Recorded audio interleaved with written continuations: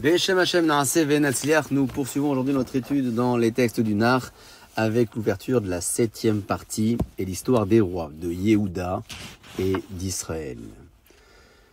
Nous aborderons le partage du royaume du roi Shlomo. Le roi Shlomo souhaitait faire reconnaître Hachem des nations de la terre aussi.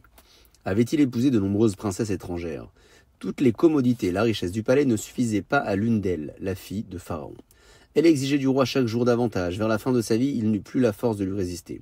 Et il satisfit tous ses caprices. Il lui accorda des serviteurs et des servantes autant qu'elle en désirait. Elle en avait tant qu'elle n'avait plus de place de les loger dans l'immense palais. Que fit-elle? Elle demanda à Shlomo de leur construire des maisons.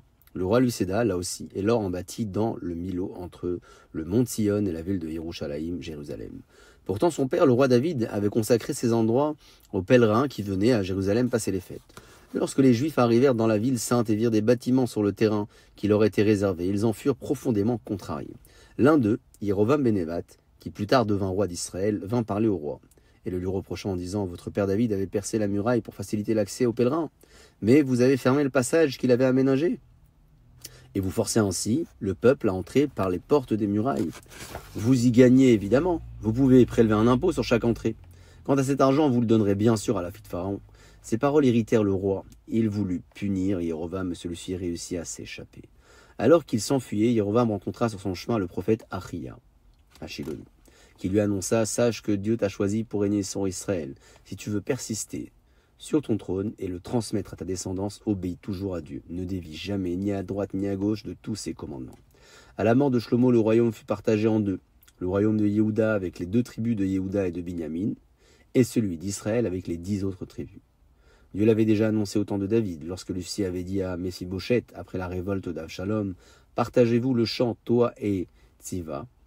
Méphibosheth avait certifié au roi qu'il lui était resté fidèle, mais celui-ci n'en avait pas été convaincu. Il n'était pas revenu sur sa décision de le démettre de tous ses biens au profit de Tziva.